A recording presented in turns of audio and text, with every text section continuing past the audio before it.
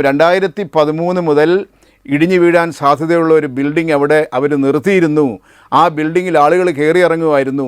ആ ബിൽഡിങ്ങിന് ഒരു തരത്തിലുമുള്ള അത് ഇടിച്ചു കളയണമായിരുന്നു. നമ്മൾ എന്താ ചെയ്യേണ്ട? അടുത്ത ഇത് കേടുള്ള ബിൽഡിംഗാണ്, ഇടിച്ചു കളയണമായിരുന്നു. അതില്ലാത്തത് കൊണ്ടല്ലേ നമുക്കിരുന്ന് ജീവൻ നഷ്ടപ്പെട്ട്. ഇത് എത്ര ട്രാജിക്കാണെന്ന് ആലോചിച്ച് ചോദിക്കുക. മകളുടെ സർജറിക്ക് വേണ്ടി ഒരു സ്ത്രീ ഹോസ്പിറ്റലിൽ വരുന്നു. യാതൊരു ഗത്യന്തരവും ഇല്ലാത്തത് കൊണ്ടായിരിക്കണം അവർ സർക്കാർ ആശുപത്രി വരുന്നത്. അവർ മരണപ്പെടുന്നു.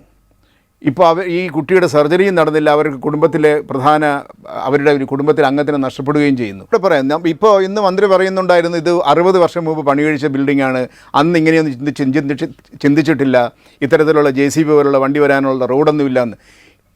ഇങ്ങനെ ഒരു ബിൽഡിംഗ് അല്ലെങ്കിൽ അങ്ങനെ ഒരു കോംപ്ലക്സ് പ്രവർത്തിക്കാൻ എങ്ങനെയാണ് ഈ ഫയർ സേഫ്റ്റിയൊക്കെ ഇതിന് അനുമതി നൽകിയത്?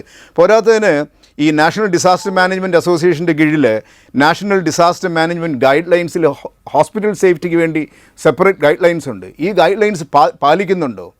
സത്യം പറഞ്ഞാൽ ഇങ്ങനെ ഈ യാതൊരു തരത്തിലുള്ള ഫയർ റെസ്ക്യൂ സംവിധാനങ്ങൾ കടന്നു ചെല്ലാത്ത സ്ഥലങ്ങൾ ഇങ്ങനെ ഹോസ്പിറ്റലിനകത്ത് ഉണ്ട് എന്ന് ഞാനിപ്പോൾ ഈ TV യിൽ വാർത്ത കാണുമ്പോഴാണ് കാണുന്നത്. ശരിക്കും പറഞ്ഞാൽ അത്ഭുതപ്പെടുത്തുന്നത്.